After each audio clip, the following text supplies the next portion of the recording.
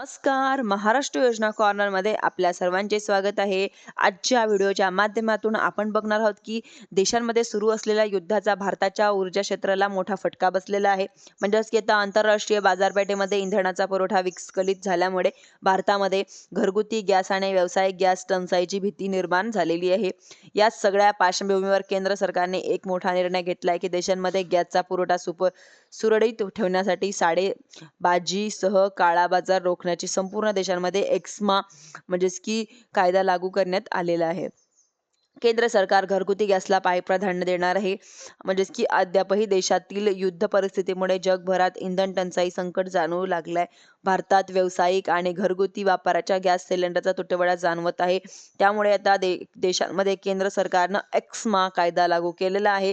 महाराष्ट्रासह संपूर्ण देशात घरगुती गॅस, नैसर्गिक वायू, व्यावसायिक गॅस सिलेंडरचा तुटवडा जाणवून लागलेला आहे व पुढील काही दिवस सुद्धा युद्ध सुरू राहिल्यास ही परिस्थिती आणखी गंभीर स्वरूप धारण करू शकते.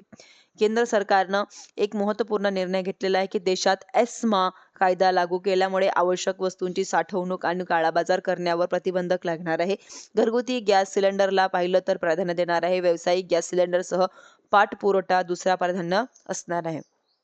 पेट्रोल, डिझेल आणि गॅसच्या साडेबाजी विरुद्ध सरकार कठोर कारवाई करण्यात असल्याची सूत्र सांगत आहे. राज्यातील सरकारनं साडेबाजी रोखण्यासाठी कायदेशीर कारवाई म्हणजे की आदेश असल्याचे सूत्र सांगतात. गॅसचा काळाबाजार होऊ नये यासाठी भरारी पथक नेमण्यात आलेली आहे. तेल शुद्धीकरण कारखाने आणि पेट्रोकेमिकल कंपन्या जास्त प्रमाणामध्ये LPG उत्पादन करण्याचे निर्देश सरकारकडून देण्यात आलेले आहे. एक्स्मा कायदा म्हणजेच की नेमकं काय, तर एक नजर आपण एक्स्मा कायद्याकडे टाकू की भारताने संसदेने 1968 मंजूर केलेला आपत्कालीन काळात आवश्यक सेवांचा सुरळीत पुरवठा करण्यासाठी हा कायदा आहे.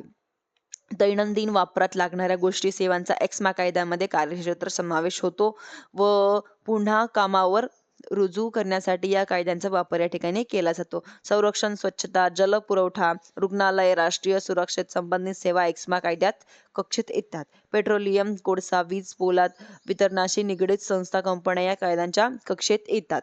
म्हणजेच की आता सरकारने देशभरात केंद्र सरकारकडून एक्स्मा कायदा लागू या ठिकाणी करण्यात आलेला आहे. धन्यवाद.